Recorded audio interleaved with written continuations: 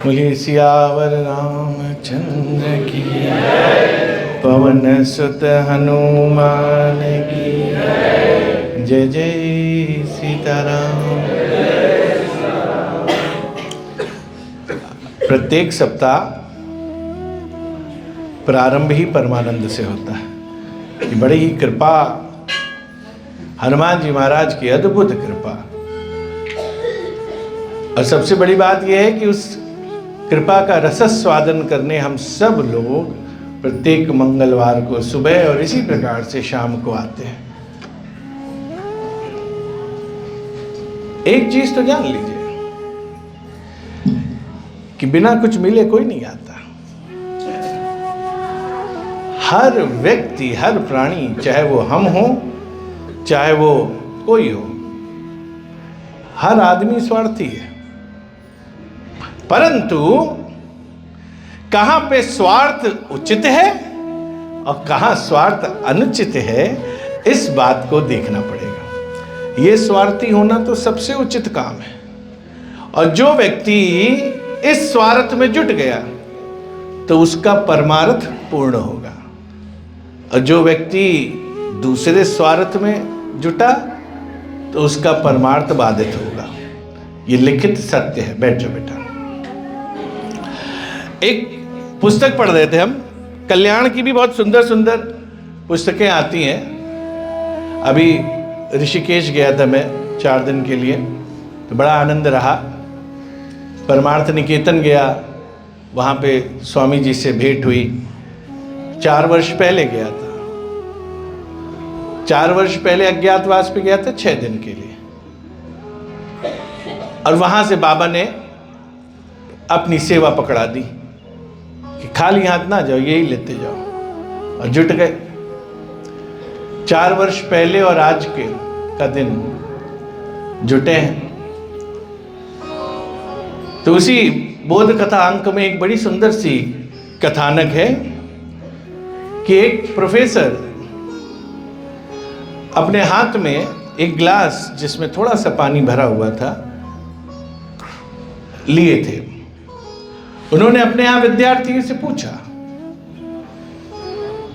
कि इसका वजन कितना होगा, तो सबने अपने अपने अनुमान से बताया। किसी ने 150 ग्राम, किसी ने 200 ग्राम, किसी ने 250 ग्राम।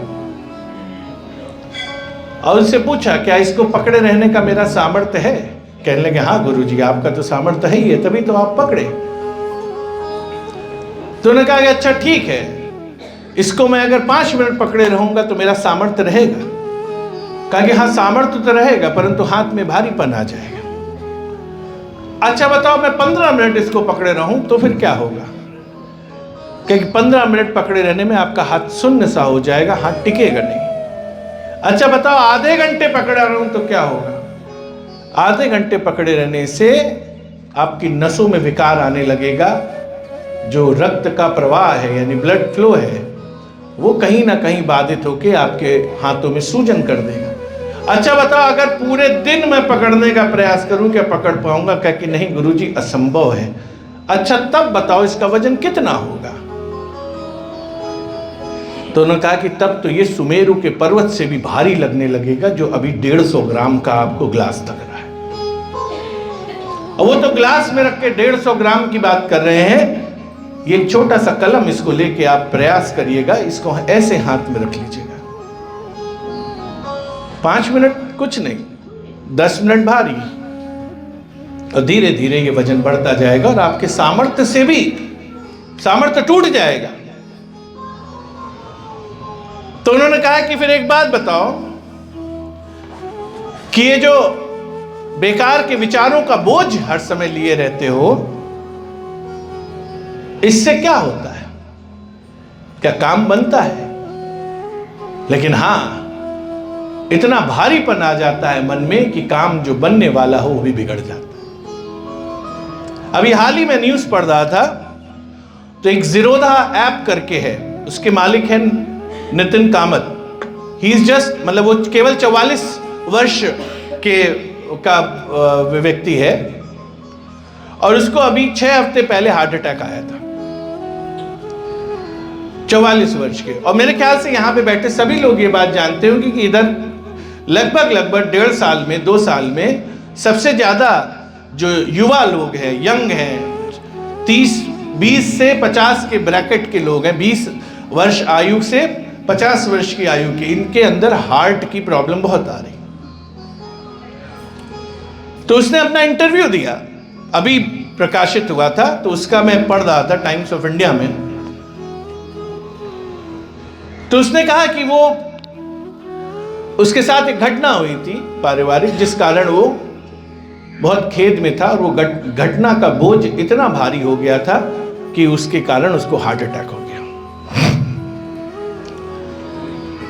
हमारे लिए भी यही होता है, हमारे जीवन में कोई ना कोई ऐसी घटनाएं घट जाती हैं जिसका बोझ हम लिए हर समय टहला करते हैं। वो परमानेंट स्क्रैच बन जाता है, एक खरिश बन जाती है शरीर पे, और जब भी कुछ ऐसी बात होती है तो वो फिर से जख्म लाल हो जाता है। और ऐसा जब होता है तो क्या होता है, नींद नहीं आती है, भूख नहीं लगती है, काम करने में मन नहीं लगता है। जो नए नए विचार हमें आने होते हैं, हमें नए नए विचारों का अपने स्वागत करना चाहिए, वो सब विचार समाप्त हो जाते हैं, और केवल उसी स्क्रैच के विषय में, उसी एक परमानेंट मार्क के विषय में हम सोचते रहते हैं।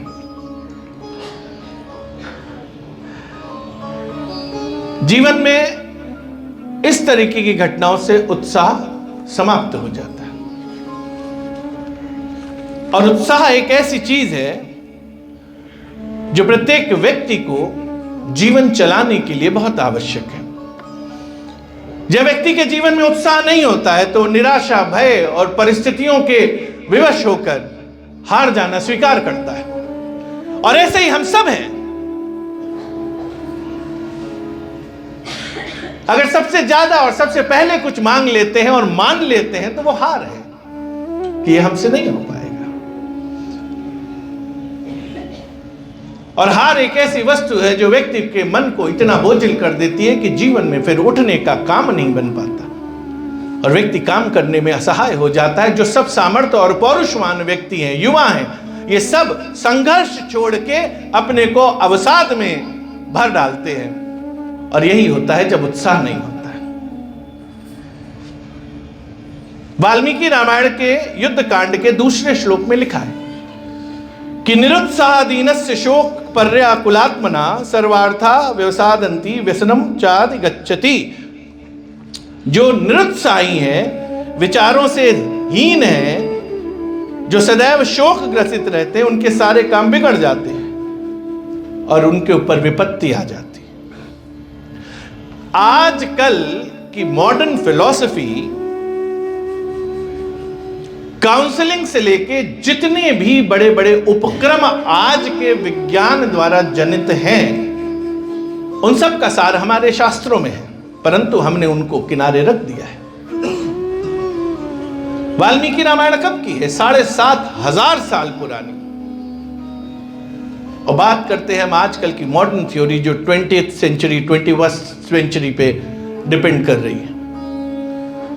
अपने 7,500 साल पुराने के ग्रंथ को भूल के आज की मॉडर्न थ्योरी, क्योंकि वो कोई विदेशी ने लिखा है, हमारे यहां तो सब साधु सन्यासी हैं। जब हम ही नहीं मानते तो लोग तो कहेंगे कि ये 7 कबीलों वालों का देश है, परंतु अब अवधारणा बदल रही है। जितना साहित्य है, जितने ग्रंथ हैं, जो सदग्रंथ हैं, उनके सार को समझा जा रहा है और आज करिकुलम में उसको स्थापित किया जा रहा है। उसी जगह पे वाल्मीकि रामायण के किष्किंधा कांड में भी लिखा है, उत्साहवंता पुरुषा नावसीदंती कर्मसु। जिनके हाथ में उत्साह होता है वे पुरुष कठिन से कठिन कार्य आ पड़ने पर भी हिम्मत नहीं हारते हैं। इसके साक्षात प्रमाण हनुमान जी महाराज हैं। 100 योजन का समुद्र, ये नदी पार करने को कह दे, यहां पे अगर कोई स्विमिंग जानता है तो भी नहीं पार कर पाओगे मेरे भैया। और वो तो समुद्र था जिसका एक छोर इधर दिख रहा था जिस पे तुम खड़े थे, और दूसरा छोर तो दिख ही नहीं रहा था, परंतु हनुमान जी ने एक छलांग में पार कर दिया। वो छलांग क्या थी? उस छलांग को समझना आवश्यक है। वो छलांग उत्साह की थी, वो छलांग कर्म की थी, वो छलांग थी अपने ऊपर विश्वास की। और ये तीनों छलांगे हम मारने में आज के युग में असमर्थ हैं। ना हमारे अंदर उत्साह है क्योंकि हम साधन ढूंढ रहे हैं कि इधर चॉपर आएगा तो उड़ा के हमको उधर ले जाएगा। उत्साह के लिए हम संसाधन ढूंढ रहे हैं कि ऐसे दोस्त मित्र मंडली या ऐसा सुख हो तब मेरे अंदर उत्साह आए, मेरे पास ये हो जाए, मेरे पास वो हो जाए, तब हम ये काम करें। तो मेरे भाइयों, एक बात ध्यान रखना, जो साधन ढूंढते हैं उनको कभी कोई साध नहीं पाता है, भगवान भी नहीं साध पाते।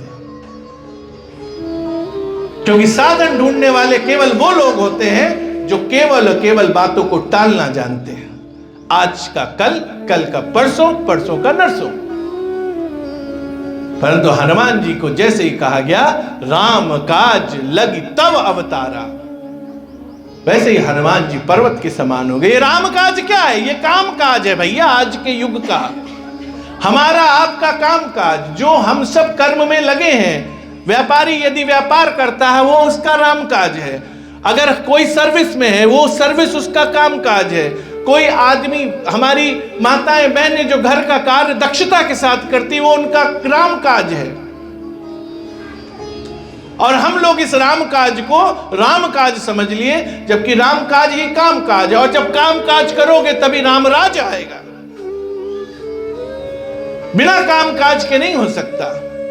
अगर सोचो कि कर्म किए बिना तुम कुछ प्राप्त कर लो तो इस संसार में कोई व्यक्ति तुम्हें नहीं प्राप्त करा सकता। वो चाहे कोई जितना भी बड़ा विद्वान हो या तुम्हारी जितनी भी ज्यादा भाग्य आधारित कुंडली हो, वो कुंडली भी तुमको नहीं प्राप्त करा सकती, क्योंकि बिना कर्म किए कुछ नहीं होता। हमारे गीता में इसीलिए कहा गया कर्मण्येवाधिकारस्ते, कर्म करो, फल की चिंता ना करो, क्योंकि फल उसके अधीन है। हर व्यक्ति जो काम करता है उसको लगता है कि मेरा काम सबसे सही है, बाकी सब बेवकूफ है, जबकि वही सबसे गलत काम कर रहा हूं। एक व्यक्ति जो ऐसे काम में लिप्त हो जिससे समाज पूर्ण रूप से खत्म हो रहा हो, उसको वो काम अच्छा लगता है। उसको लगता है मैं तो कर्म कर रहा हूं, परंतु कर्म की भी प्रकार होते हैं। कर्म ऐसा होना चाहिए जो समाज को पोषित करे, आपके भरण पोषण के साथ साथ। कर्म ऐसा नहीं होना चाहिए कि आप तो मौज करें और दूसरे उसका भुगतान करें। तो कर्म की गति को जानिए, नहीं तो अपनी गति खराब कर लोगे। यदि कर्म की गति को नहीं समझोगे आज, तो अपनी गति खराब कर लोगे, इसमें कहीं से कोई शक नहीं है। और तभी लोग कहते हैं कि क्या करें, दिन पूरे जिंदगी तो मौज की, अंत समय में 1.5 साल हो गए अस्पताल से पीछा नहीं छूट रहा है।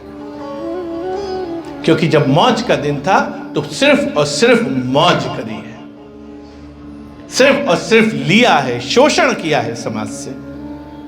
देने के नाम पे एक ढेला नहीं दिया, और जहां दिया भी तो वहां पे बड़े बड़े पत्थर और बड़े बड़े बैनर पोस्टर लगा दिए। हमारे जीवन में उत्साह यदि नहीं होगा तो हम कुछ नहीं कर पाएंगे। एक खुशी की बात है, आपके अंदर जो खुशी जागृत होती है, ये भी एक हैप्पीनेस हार्मोन होता है। जब कोई चीज, स्थिति, परिस्थिति हमें अच्छी लगने लगती है तो हमें खुशी होने लगती है, हैप्पीनेस हार्मोन होता है। और ये हार्मोन कैसे निकलता है? जैसे क्रोध के लिए होता है, वैसे ही खुशी के लिए होता है। लेकिन हम उस खुशी को, उस उत्साह को खत्म कर देते हैं, मार देते हैं।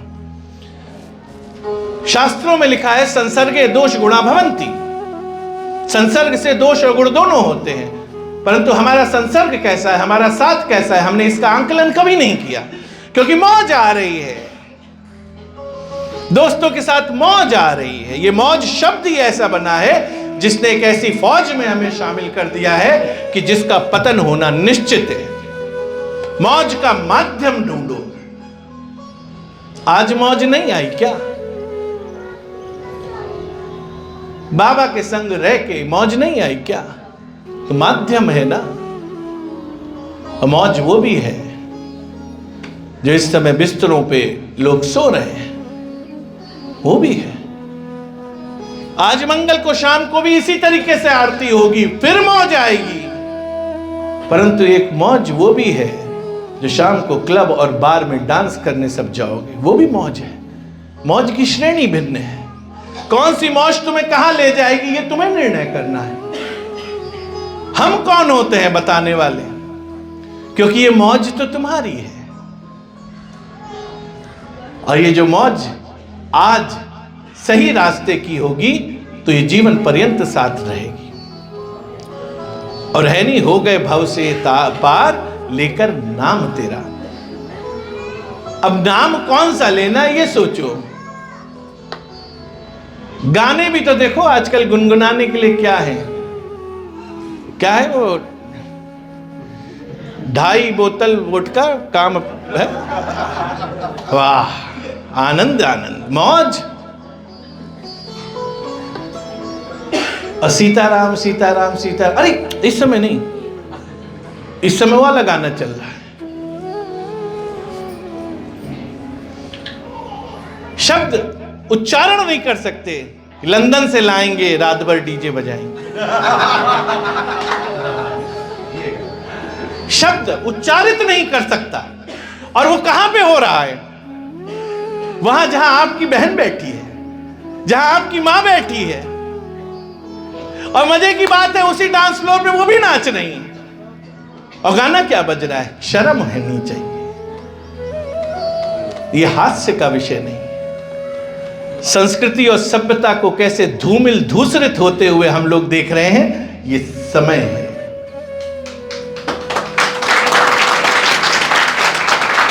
और जब लंदन से लाओगे तो अपने छोटे छोटे बच्चों से उम्मीद ना करो कि लखनऊ और कानपुर से लाएंगे, क्योंकि सभ्यता के बीज और संस्कार के बीज तुम उनको दे रहे हो। फिर ये ना कहना आखिरी समय है, बच्चे अमेरिका से आए नहीं। क्यों आएंगे? हर समय तुमने एक ही चीज पिरो पिरो के कही है कि बच्चों success success success success success success. आखिर ये सक्सेस है क्या? पैसा कमाना? यह सक्सेस वो है कि एक कुटुंब में 5 प्राणी एक साथ एक टेबल पे बैठ के भोजन कर रहे हैं, गरम गरम फूली फूली रोटी आ रही। ये सक्सेस है। सक्सेस वो है कि 3 दिन पहले के रखा हुआ पिज्जा गरम करके खाओ। या सक्सेस वो है कि आज खेत से टूटी हुई लौकी आए और बना के खाओ। मेरे हिसाब से तो सक्सेस वो है जो कुटुंब के अंदर प्रेम है, वो सक्सेस है। मेरे ख्याल से तो सक्सेस वो है जहां माँ बाप का आशीर्वाद है। मेरे ख्याल से तो सक्सेस वो है जहां भाई का भाई से प्रेम है। लेकिन वो वाली सक्सेस के लिए सब नाते टूट जाते हैं। सारे नाते छोड़ के तोड़ के चले जाते हो और कहते हो I am a successful man. But I don't think ये सक्सेस को सक्सेस कहना चाहिए। जीवन में अगर उत्साह अपने अंदर बरकरार रखना है तो कैसे रखना है? पहले तो अपने हिस्से के जीवन जीने की अपनी तमन्ना रखो कि सही मार्ग से कैसे, दूसरों को ना देखो। वो मौज कर रहा है, हम भी वैसी मौज करेंगे। तुम अपना रास्ता चुनो। मैंने भी जब रास्ता चुना था तो बहुत से लोग हास्य करते थे, बड़ा आनंद लेते थे। 4 दिन की चांदनी फिर अंधेरी रात। तो हमने कहा ऐसी चांदनी बताऊंगा कि ये रात ही नहीं कभी अंधेरी होगी। अरे अंधेरी रात तो उनकी होती है जो इस चरणों से दूर जाते हैं। उनका जीवन प्रकाशमय हो जाता है, जो जिसके पास 100 सूर्य जैसे तेज वाले हनुमान जी बजरंगबली हों। उनकी रात कभी अंधेरी नहीं हो सकती। संकट तो उनके ऊपर आते हैं जो संकटों को बुलावा देने निकलते हैं, और वो तो संकट कभी पाते ही नहीं है जो संकट मोचन के चरणों में रहते हैं। तो हमारी मौज हमारी जगह रहने दो, तुम अपनी मौज ढूंढ लो, अभी भी समय है। क्या पता तुम्हारी मौज तुमको ऐसी जगह ना ले जाए। कहा गया है सुमति कुमति सबके उर रहाई, नाथ पुराण निगम अस कहाई। जहां सुमति तहां संपत्ति नाना, और जहां कुमति तहां विपत्ति निदाना। तो इस सुमति का वास आज हनुमान जी के इस प्रांगण से कर लो, अपने यहां उत्साह बढ़ लो। बड़ी बड़ी उपलब्धियों के चक्कर में ना पड़ो कि जब मैं ये बन जाऊंगा तब कुछ करूंगा।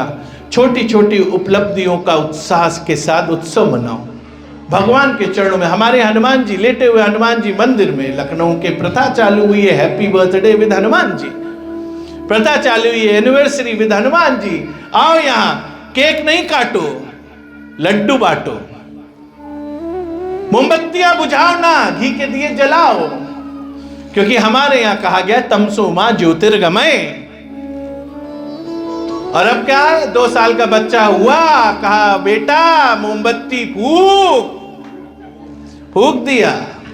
और फिर जब बड़ा होके उसने घर फूका तो फिर उसको दोष ना दो, क्योंकि पहले दिन से तुमने कहा है फूक। उसने पैसा फूका तब रोकोगे, तुमने मोमबत्ती फूकने को कहा तब नहीं रोका। तो फुकवा तो तुम ही रहे हो ना, तो फूक डाला। दूसरों के घर की लंका जलाने में बड़ा मन आता है, जब अपने घर की लंका जलती है तो पता चलता है। विभीषण, केवल एकमात्र विभीषण का लंका में घर था जहां अग्नि प्रवेश नहीं की थी। क्यों? क्योंकि उसके घर से ना तेल गया था ना कपड़ा गया था। तो दूसरों के घर में आग लगाने के सोचोगे तो तुम्हारा घर भी जलेगा। ये ना सोचो कि दूसरे के घर में आग लगाओगे तो तुम बच जाओगे, क्योंकि वो सर्व सामर्थ्यवान जानता है कि तुम्हें क्या करना है और तुम्हारे साथ क्या करना है। महाभारत के शांति पर्व में स्पष्ट लिखा है, सुखम वा यदि वा दुखम, प्रियम वा यदि वा अप्रियम, प्राप्तुम प्राप्तुमापीसीत, हृदयेन पराजिता। सुख हो अथवा दुख हो, प्रिय हो अप्रिय हो, जो जो मिलता जाए उसका सेवन करो, हृदय से ना हारो, उत्साह ना छोड़ो, नर हो न निराश, कुछ काम करो, कुछ काम, जग में रहकर कुछ। केवल यही कविता पढ़ लिया करो, पढ़े लिखे तो सब हो ना। और काम क्या करना, 10 बजे सवेरे सो के उठिए, मम्मी चाय लाओ, और मम्मी गुस्सा आ गई तो ला के 1 बाल्टी पानी डाल देगा, उठो आओ लो चाय तुम। तो मेरे भैया, एक बार मिला है, मैं प्रत्येक सप्ताह ये कहता हूं, दूसरे जन्म की गारंटी नहीं है, भले ही कुछ कहीं लिखा हो, क्योंकि हम तो वो मानते हैं जो हम जानते हैं। हम जब पैदा हुए तो 5-6 साल तक तो कुछ पता ही नहीं कौन क्या थे। 6-7 साल की 1-2 स्मृति शायद आज मानस में होंगी, जब 6-7 साल के थे शायद। 11, 12, 13 साल की स्मृतियां थोड़ी थोड़ी हैं, 17, 18 साल की स्मृतियां बरखूब है, और अभी जो घट रहा है वो भी है। पूर्व जन्म की तो बात भी ना करो, और आगे जन्म की तो पता नहीं। तो ना इधर है ना उधर है क्या? ये न कल था न कल है क्या सिर्फ आज। तो आज में जियो, आज को बनाओ, आज को सार्थक करो, और जब आज सार्थक हो जाएगा तो कल तो तुम्हारा सार्थक होना ही है, क्योंकि तुम्हारा कल ही आज है। तो जिस दिन तुम आज को बनाने में लग जाओगे उस दिन तुम्हारा कल बन जाएगा। और केवल यही बात प्रत्येक सप्ताह इस प्राचीन लेटे हुए हनुमान जी मंदिर के माध्यम से यहाँ से बाबा के सामने आप लोग को, बाबा को साक्षी बना के कहते हैं, क्योंकि मंदिर स्थान देव दर्शन का तो होता ही है, लेकिन केवल देव दर्शन के लिए ना हो। मंदिर से विचार जाने चाहिए, मंदिर से व्यक्ति की आत्मा जागृत होनी चाहिए, मंदिर से संस्कार जागने चाहिए, और मंदिर से व्यापार पाप और पुण्य का होना चाहिए। तब मंदिर मंदिर है। पाप को बेच डालो, खत्म करो, पुण्य को कमा लो, क्योंकि जितना पुण्य कमाओगे ना वही साथ जाएगा, बाकी सोचो क्या साथ जाएगा। तो मेरे भाइयों बहनों माताएं, जितने भी बच्चे युवा, आज के दिन को सार्थक कर लो बस। तुम्हें और कुछ नहीं करना है, किसी भी बड़ी मिसाइल को बनाने के लिए तैयारी नहीं करनी है, और ना ही कोई बहुत बड़ा उपक्रम लगाना है। केवल आज के 1 मिनट को भी बर्बाद ना होने दूं। ये ना सोचो कि आज का काम कल पे डाल देंगे। आज को अगर तुमने सार्थक कर लिया तो गारंटी हमसे लिख के ले जाओ, पूरा जीवन तुम्हारा सार्थक हो जाएगा। क्योंकि ये बाबा के चरणों की बात है, और बाबा केवल शरणागति उनको देते हैं जो कर्म की परिपाटी पे चलते हैं। क्योंकि हनुमान जी ने कहा है, जब मैनाक ने विश्राम की बात करी थी कि राम काज कीने बिनु मोहि कहाँ विश्राम, हम लोगों का सिद्धांत क्या होना चाहिए कि काम काज कीने बिनु मोहि कहाँ विश्राम। और जिस दिन ये सूत्र जीवन में स्थापित हो जाएगा, उस दिन हम सब हनुमान जी की शरणागत में आ जाएंगे। बोलो जय जय सीताराम, जय जय सीताराम, जय जय सीताराम। आप सब लोगों का साधुवाद और आभार, और खास तौर से उन लोग का जो प्रत्येक सप्ताह आते हैं। ये सहज बात नहीं है। क्या समय? सहज बात नहीं है, ये तप है। और निश्चित जान लीजिए, हनुमान जी के श्री चरणों में किया हो ये तप कि इतने समय तक अपने अपने काम को छोड़ के आप सब लोग यहां बैठ के सत्संग कर रहे हैं, ये तप फलीभूत होगा। और निश्चित जान लीजिए, ये आप में से कई इस बात का आभास भी कर रहे होंगे कि जब से आप हनुमान जी, हमारे लेटे हुए हनुमान जी की शरण में आए हैं, तब से जीवन में परिवर्तन आ गया है। इसमें कुछ अतिशयोक्ति नहीं है, क्योंकि मेरा तो पूरा जीवन ही परिवर्तित हो गया। और मैं तो जब बैठता हूं तो मैं यही सुनता रहता हूं कि जब से यहां आया तब से बदल गया। तभी तो कहता हूं, जितना दिया सरकार, मेरी कहां औकात है? हम लोग कहां इस लायक हैं, लेकिन ये दे देता है। तभी कहते हैं, कल एक व्हाट्सएप पे फोटो आई थी, एक मकान बना था और एक बड़ी सी हवेली बनी थी। मकान 3 कमरे का था और हवेली थी जिसमें होंगे 25-50 कमरे, बहुत बड़ा लॉन। और उसके नीचे लिखा था, तुमने मांगा। और इधर लिखा था हवेली में, बिना मांगे मिला। तुम मांगते ही इतना हो, क्योंकि हम तो अपनी औकात के हिसाब से मांगेंगे ना। हमारी औकात क्या है इसके आगे? मांगना छोड़ दो, फिर देखो क्या मिलेगा। उसने दिया। जिस दिन तक मांगते रहोगे उस दिन तक भिखारी बने रहोगे, और जिस दिन मांगना छोड़ दोगे उस दिन शहंशाह बन जाओगे इसके चरणों में। चाह मिटी, चिंता गई, मनवा बेपरवाह, और जाको कछ नहीं चाहिए, सोई शहंशाह, सोई शहंशाह। तो हमारे शहंशाह लेटे हुए हैं, हमारे हनुमान जी लेटे हुए हैं। इनके चरणों में मैं प्रार्थना करता हूं कि यहाँ आए हुए प्रत्यक्ष अप्रत्यक्ष रूप से बाबा से जुड़े हुए सभी लोगों का कल्याण हो, सभी रोग मुक्त हो, दोष मुक्त हो, परिवार संस्कार युक्त हो। इसी मंगल कामना के साथ आज का भी मंगल, प्रत्येक दिन आपका मंगल, प्रत्येक जीवन मंगल हो। जय जय सीताराम। अब भोग लगने जा रहा है, बस 2 मिनट आप लोग शांति से ऐसे ही बैठे रहें, श्री राम जय राम जय जय राम का जप करते रहें, और उसके बाद भोग लग जाएगा। उसके बाद आप लोग प्रसादी खा के ही यहाँ से जाएंगे।